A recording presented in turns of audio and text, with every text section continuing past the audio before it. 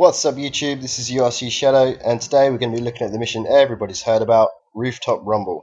So, as you probably know, this is the highest dollar per minute mission in the game, which means if you can get it right, it's really worth doing. So, as of patch 1.15, this will net you $18,750 and around 3,500 RP. You need to be a level 75, and the mission's offered by Martin. So we're going to be looking at the strategy for this mission based on soloing it on hard difficulty. Now, as you may have heard in patch 1.15, Rockstar actually patched this mission to make it a lot harder. They really ramped up the difficulty of this mission by increasing the accuracy and the damage that the enemies deal you. Plus, they changed the spawn location of the briefcase so that it no longer spawns inside the garage, but instead spawns in a car that drives off as soon as you've cleared the garage. So in this guide, I want to take you through the main steps of the mission and really break it down to look at the options you got at each stage to suit your playstyle, the speed at what you want to complete the mission, or maybe if you just fancy a challenge. So let's get into it. First stage, you need to clear the garage. Second stage of the mission is to retrieve the briefcase, and the third stage is deliver the briefcase to Martin. Now I'm also going to show you a few tips along the way. Firstly, that you can skip the second wave of cars that spawn, and secondly, a little shortcut to save you about 20 seconds of time by not following the GPS and instead following a different path. So, stage 1, clear the garage. If we take a look at the garage, we'll say this is the front and we'll say this is the side. So the first option you got here is a straight on frontal attack. If we imagine you're the blue arrow, you can attack from this direction. There's pretty good cover here at the entrance to the garage once you've taken out the guys at the front to peer into the rest of the garage and take them out from there. However, after you've taken out a few of the guys, an enemy car will spawn behind you with 4 more guys in it. Now if you're not careful, or if they catch you unawares, you'll probably find you end up being taken out before you even get a chance to react. So the second option you got here is a side attack.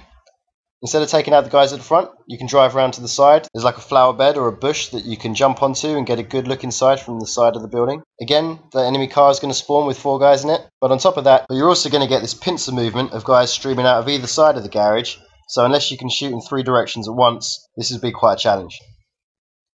Your third option is a frontal attack again, but this time reversing your car in. So in case you don't know, the Zentorno and the Affinity are bulletproof at the rear, which means as long as the rear of your car is facing the enemy, you can't be shot by their bullets. Again, you're going to have to watch out for that enemy car spawning, but you've got a bit more cover and a bit more leniency this time because you're inside a car. You'll get pretty good warning as they start to attack you. So I'll quickly show you this option as it's definitely a viable one. I've turned my Zentorno to face the opposite direction to the enemy, and once that car has spawned, I've moved to make sure it's also behind me. Now this is a race against the clock because whilst my car is bulletproof, it's not going to be able to take this sort of punishment forever, and I have about 2 minutes before the flames start to appear at the back. Once that happens, the car's fate's sealed. If your car does blow up, then usually there isn't a charge to get it back.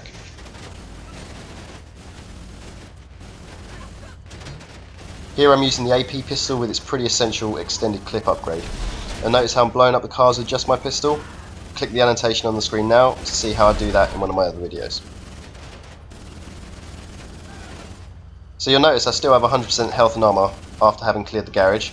The downside to this method I should point out is that the engine will keep stuttering for the rest of the mission, which will affect the performance. But if you can live with that, then this may be a good option for you. The fourth option is actually to grab a buzzard. If you phone up Pegasus, you can call these up. It'll cost $200, which is pretty minimal considering the payout for the mission. And they'll spawn either at the helipad near the beach, but most likely you're going to want to get the one from the hospital. Now this is a pretty good because as long as you keep a relative distance, you can't be shot by the enemies, and you can lock onto people as well as vehicles, which means it's much easier for you to hit them than it is for them to hit you. So here's a demonstration of using a buzzard. As you can see, I take out the 2 guys at the front straight away, and then I like to go over to the storm drain, hover there, and it's a bit tricky lining it up. But basically, once you have lined it up, you'll find you can get your missiles straight through those windows and clear out usually the entire garage without even having to get out. Obviously, at some point, then that enemy car will spawn again, and you'll need to take him out.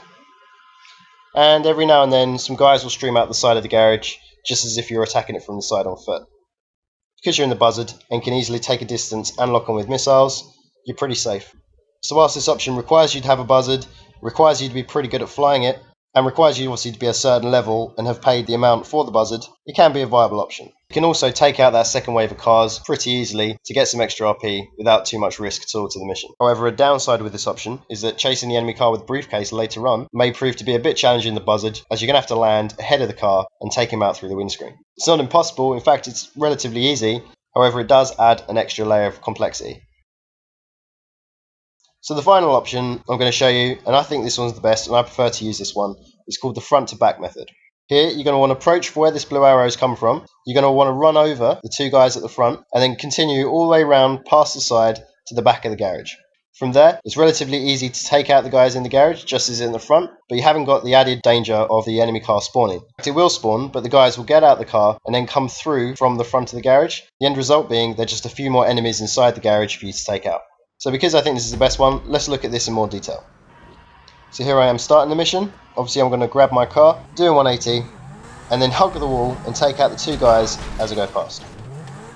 Then without stopping, move around to the back of the garage, using the wall as cover. And then, now this is where target cycling comes in. If you're not sure what that is, I have a tutorial on how to do that, and there's an annotation on the screen right now for you to click to go to that video in a new window.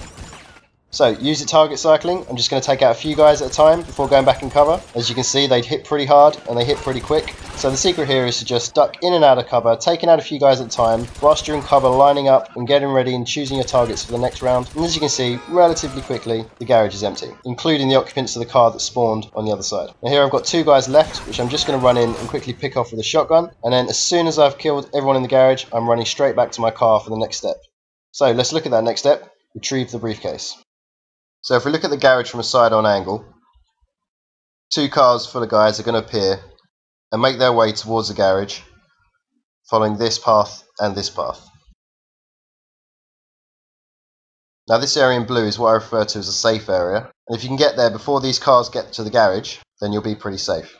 Once they've arrived at the garage, you can move out the safe area into this crossroads and wait for the car with the briefcase to spawn in one of 4 locations. The general rule of thumb is going to be, whichever location you're not looking at is the one it will spawn at. So let's take a look at this from on the ground. Picking up from where we left off last time, I'm jumping back in my car and I'm making my way to the safe zone before the enemy cars get to me. There he is there. And as long as I'm in the safe area, I'm never really ever going to get shot by them as they drive past. And I'm watching the radar, ready for the briefcase car to spawn.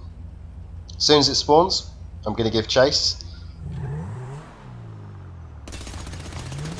Now the amount of people online I've seen get this wrong. If you're thinking of using a tank, a laser, a buzzard, stickies, grenades, RPG launcher, none of those are going to be any good. If you blow up that car, you'll fail the mission. The only way really is to old school and take them out with drive-by. Now you can use SMG, or as in this next clip I'll show you, you could use the AP pistol. Both are pretty good. The AP pistol I think slightly got the edge, and if you've got an extended clip on it, it makes it twice as easy.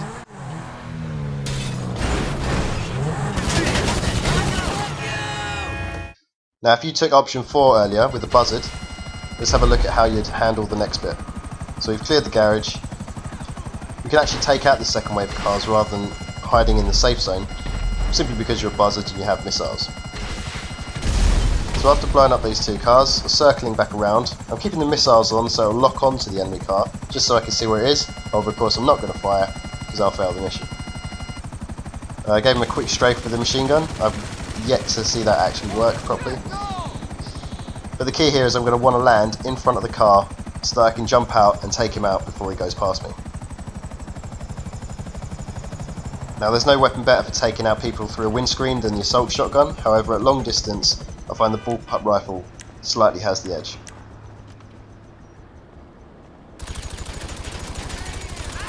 After taking him out, you're just going to pick up the briefcase and then we're on to the final stage.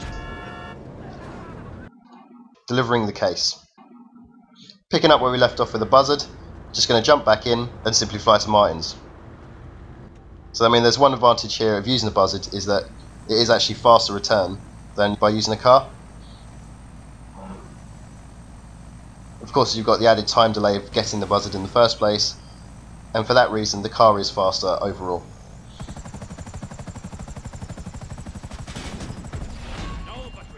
Going back to our method with the car, we've jumped in the car now with the briefcase, We're going to follow the GPS, more or less.